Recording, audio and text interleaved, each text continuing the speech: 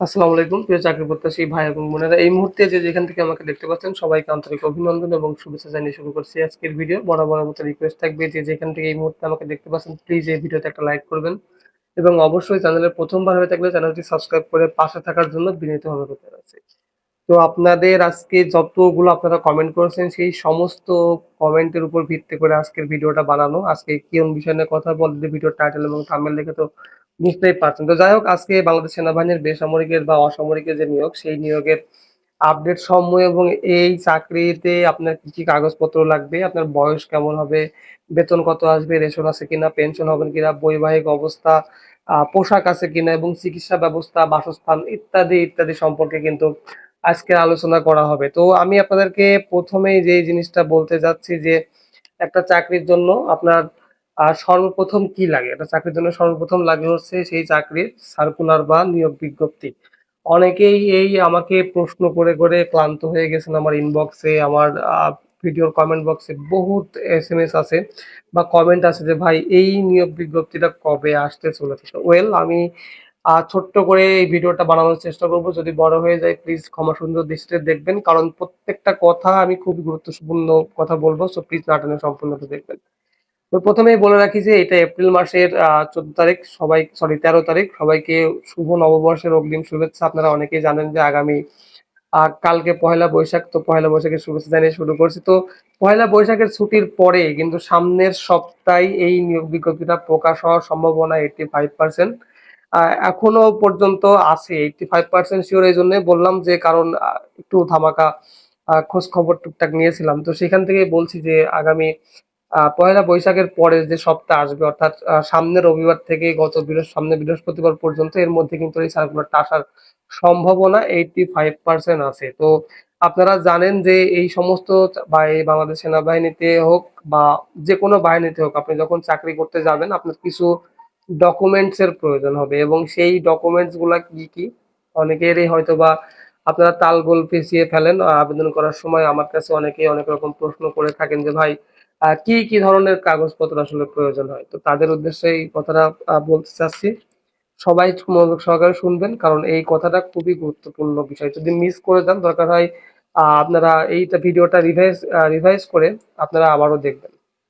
তো প্রথমেই বলি যে একটা চাকরির জন্য সর্বপ্রথম প্রয়োজন হচ্ছে আপনার এনআইডি কার্ডের ফটোকপি বা জন্ম নিবন্ধন কার্ডের ফটোকপি। যাদের জন্ম নিবন্ধন কার্ড আছে কিন্তু এনআইডি কার্ড হয়নি, তারা জন্ম নিবন্ধন কার্ড দিয়ে অ্যাপ্লিকেশন করতে পারেন। কোনো রকম কোনো সমস্যা হবে না। আর কিভাবে আপনারা সঠিকভাবে অ্যাপ্লিকেশন করবেন এই বিষয়ে অবশ্যই আমার চ্যানেলে ভিডিও দেওয়া আছে, চাইলে দেখতে পারেন। তো প্রথমেই আপনার লাগবে হচ্ছে এনআইডি কার্ড।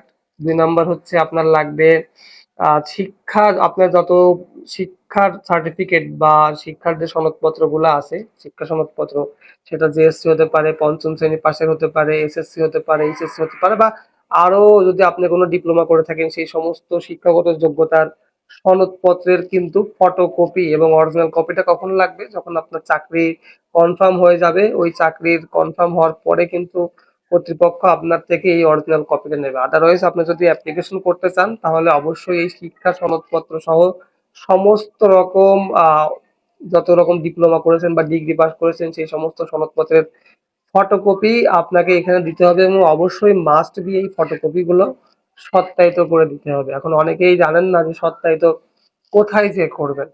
এই সত্যায়িত সাধারণত বিসিএস ক্যাডার বা ফার্স্ট গ্রেজেড অফিসার যারা আছে তারা করে থাকে। তো আপনারা অবশ্যই এই ভিডিও দেখার পরে যারা এই ধরনের সনদপত্র বা কাগজপত্র, যেটাকে ফটোকপি বললাম, সেটা যদি আপনারা আহ সত্যায়িত করতে চান তাহলে অবশ্যই বিসিএস ক্যাডার দিয়েই কিন্তু আপনাকে সত্যায়িত করতে হবে।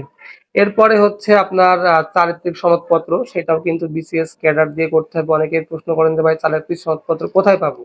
চারিত্রিক সনদপত্র আপনি যে কোনো কম্পিউটার দোকানে যেয়ে বললেই তারা দিয়ে দেবে। আপনি জাস্ট ওইটা পূরণ করে একটা বিসিএস ক্যাডার অথবা ফার্স্ট গেজেট অফিসার দিয়ে কিন্তু আপনি এটা আহ সত্যায়িত করে নিতে পারেন। এরপরে হচ্ছে আপনার যে চেয়ারম্যানের সার্টিফিকেট বা নাগরিকত্ব সনদপত্র বলে একটা সনদপত্র আছে, সেটা ইউনিয়ন পরিষদে বা যদি আপনি সিটি কর্পোরেশনের আন্ডারে হন সেইখানে গেলে কিন্তু আপনারা পেয়ে যাবেন এবং এইটা কোনো রকম সত্যায়িত করার প্রয়োজন নেই।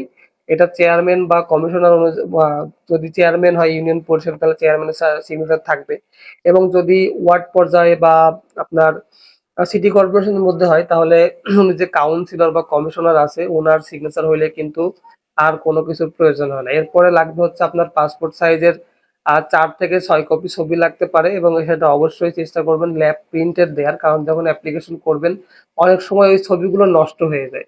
তো ছবির পেছনে অবশ্যই আপনারা নাম লিখে এই ছবিগুলো কিন্তু সত্যায়িত করতে হবে, ছবিগুলো 100% সত্যায়িত করে দেবেন, তা না হলে কিন্তু সমস্যায় পড়ে যাবেন। আমি আপনাদেরকে আবারও বলছি যে একটা আবেদন করার সময় যখন আপনারা পূর্ণাঙ্গভাবে একটু যদি কোনো আবেদন পদ্ধতি ত্রুটি রাখেন সেই আবেদনটা কিন্তু বাতিল বলে গণ্য হয় এবং কোনোভাবেই ফেরত খামার আসবে না। ও ফেরত খামের কথা যেহেতু বললাম তখন অবশ্যই আপনারা এটা কিন্তু অবশ্যই অফলাইনের মাধ্যমে বা ডাক যোগাযোগের মাধ্যমে অ্যাপ্লিকেশন করতে হয়। তো সেক্ষেত্রে অবশ্যই ওই যে আবেদনপত্রের বা আবেদনের যে খাম আপনারা পাঠাবেন সেটার সঙ্গে অবশ্যই 10 টাকার একটা ডাক টিকিট মেরে ফেরত খাম সহ পাঠাবেন, যাতে প্রবেশপত্র বা পরীক্ষার তারিখ কবে সেইটা যাতে আপনাকে ওই ইউনিট কর্তৃপক্ষ, আপনি যে ইউনিটে অ্যাপ্লিকেশন করছেন সেই ইউনিট কর্তৃপক্ষ আপনাকে দিতে পারে। এরপর যদি বলি বয়স, বয়স হচ্ছে 18 থেকে 32 বছরের মধ্যে যদি আপনার বয়স হয়ে থাকে তাহলে আপনি এখানে আবেদন করতে পারবেন। বেতন হচ্ছে এটা, যদি বেতনের কথায় আসি তাহলে বেতন একটা বেসিক অনুযায়ী আপনি যদি বা গ্রেড অনুযায়ী আপনি যদি 20 গ্রেডে চাকরি করেন তাহলে 8,250 টাকা থেকে 20,010 টাকা পর্যন্ত বেসিকে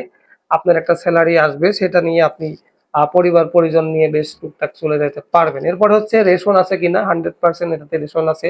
আপনি যদি অবিবাহিত হন তাহলে একজন পরিবার রেশন পাবেন, এবং আপনি যদি বিবাহিত হন বা আপনার যদি 2টা ছেলে মেয়ে থাকে তাহলে টোটাল 4 জনের রেশন পাবেন। বাংলাদেশ সরকার বা বাংলাদেশ সেনাবাহিনীতে যারা চাকরি করে তারা স্বামী স্ত্রী সহ মোট 3 জন সন্তানের কিন্তু রেশন সুবিধা পেয়ে থাকে, অর্থাৎ একই পরিবারের 5 জন হইলেও কিন্তু এখানে রেশন সুবিধা আছে। এরপর হচ্ছে পেনশন সুবিধা আছে কিনা, অনেকেই প্রশ্ন করেন যে ভাই পেনশন পাওয়া যাবে কিনা। 100% পেনশন পাওয়া যাবে, তবে মাস্টার রোলে বা অস্থায়ীভাবে ঢুকলে কিন্তু কোনোভাবে পেনশন পাবেন না। অনেকে প্রশ্ন করেন যে ভাই স্থায়ী চাকরিগুলো বুঝবো কিরকম, যে সমস্ত চাকরিতে আপনার সিএস নাম্বার থাকে বা সিভিলিয়ান নাম্বার যেটা থাকে সেইটাতেই কিন্তু সরকারি চাকরি, এবং সেটা স্থায়ী চাকরি, এবং এইখানে পেনশনের ব্যবস্থা আছে। বৈবাহিক অবস্থার কথা অনেকেই জানেন না যে বিবাহিত হলে এখানে চাকরি করা সম্ভব কিনা। 100% বিবাহিত হলে চাকরি পাওয়া সম্ভব, তালাকপ্রাপ্ত হলেও চাকরি পাওয়া সম্ভব, এবং ইভেন আপনার যদি 2-3টা বউ থাকে, আপনার নামে যদি কোনো ফৌজদারি মামলা না থাকে তাহলে অবশ্যই আপনি এইখানে চাকরি করার যোগ্যতা রাখেন। তারপর অনেকে জিজ্ঞেস করেন যে পোশাক আছে কিনা। আসলে সিভিলিয়ানদের ক্ষেত্রে কোনো পোশাক থাকে না, তবে কিছু কিছু ট্রেড আছে, কিছু কিছু পদবি আছে, যেমন ম্যাচ ওয়েটার, নিরাপত্তা প্রহরী, আরো অন্যান্য কিছু পদবি আছে, সেই সমস্ত পদবিতে কিন্তু আলাদা ড্রেস দেয়া হয়। তবে এটা কিন্তু আর্মির ড্রেসের মতো না। আপনারা হয়তো বা মনে করতে পারেন যে আর্মির ড্রেস, না এটা আর্মির ড্রেস না, এক একটা ট্রেডের জন্য আলাদা করে পোশাকের ডিজাইন করা আছে, সেই পোশাকটা আপনার পদ বা পদবি অনুযায়ী আপনাকে পরবর্তীতে দেয়া হবে। এরপরে অনেকে জিজ্ঞেস করেন যে চিকিৎসা আছে কিনা। 100% চিকিৎসা আছে, তবে যদি 4র্থ শ্রেণীর কর্মচারী আপনি হয়ে থাকেন অবশ্যই আপনাকে শুধুমাত্র আপনি চিকিৎসা পাবেন, আপনার ফ্যামিলি চিকিৎসা পাবে না যদি আপনি 4র্থ শ্রেণীর একজন কর্মচারী হয়ে থাকেন, এবং আপনি যদি 3য় শ্রেণীর কর্মচারী হন তাহলে আপনি, আপনার বউ, আপনার বাচ্চা সবাই এখানে চিকিৎসার সুযোগ সুবিধা রয়েছে। ইভেন আপনার বাবা মাও এখানে চিকিৎসা পাবে, কিন্তু সেই ক্ষেত্রে সামান্য কিছু টাকা হয়তো আপনাকে ডোনেট করতে হবে। এরপর হচ্ছে বাসস্থান। দেখেন ক্যান্টনমেন্টের মধ্যে যে সমস্ত বাসস্থান আছে সেই সমস্ত বাসস্থানের সিভিলিয়ানরাও পায়, যদি আপনার ইউনিট কর্তৃপক্ষ চায় বা ইউনিট কর্তৃপক্ষের নামে যদি কোনো বাসা স্টেশন হেডকোয়ার্টার থেকে বরাদ্দ দেওয়া থাকে তাহলে সেই ক্ষেত্রে আপনি সিরিয়াল মেনটেন করে আপনি এখানে বাসা পেতে পারেন। তো এতক্ষণ বললাম আপনাদের এই সমস্ত চাকরির ফ্যাসিলিটি, কি কি কাগজপত্র লাগবে না লাগবে। এইবার যে কথাগুলো বলছি সেই কথাটা আসলে খুবই গুরুত্বপূর্ণ, বা মনোযোগ সহকারে শুনবেন। দেখেন আপনি একটা চাকরি করবেন, একটা চাকরির জন্য আপনার একটা প্রিপারেশন লাগে। এই যে এতগুলো সুযোগ সুবিধার কথা বললাম, এই সুযোগ সুবিধা পেতে হলে অবশ্যই কিন্তু আপনাকে চাকরিতে খুব ভালো বা রিটেন পরীক্ষা দিতে, চাকরির যে পরীক্ষাটা যখন আপনি দিবেন এই রিটেন পরীক্ষায় একটা মোটামুটি ভালো মার্ক পেতে হবে, এবং একটা মেধা তালিকার মধ্যে আসতে হবে। আপনারা জানেন যে এবার জেলা কোটা নাও থাকতে পারে, তো জেলা কোটা না থাকলে কিন্তু পরীক্ষার কম্পিটিশন আরো বেড়ে যাবে। তো সেই ক্ষেত্রে আপনারা আহ লিখিত পরীক্ষার জন্য যদি একটা পূর্ণাঙ্গ বিশ্বাসযোগ্য যদি একটা সাজেশন চান তাহলে অবশ্যই স্ক্রিনে দেওয়া নাম্বারে হোয়াটসঅ্যাপে যোগাযোগ করতে পারেন। ভিডিও অনেক লম্বা হয়ে যাচ্ছে, অনেক কথা বলে ফেললাম, আজকের কথা খুব ফাস্টলি বলেছি। যদি বুঝতে অসুবিধা হয় তাহলে আবার রিভাইজ করে আবার দেখতে পারেন, এবং এই পর্যন্ত দেখার জন্য সবাইকে আন্তরিক অভিনন্দন এবং আবারও শুভেচ্ছা। সেই সঙ্গে পরবর্তী ভিডিও দেখার আমন্ত্রণ জানিয়ে আমি রাজ আজকের মতো এখানে বিদায় নিচ্ছি। সবাই ভালো থাকবেন, সুস্থ থাকবেন। আল্লাহ হাফেজ।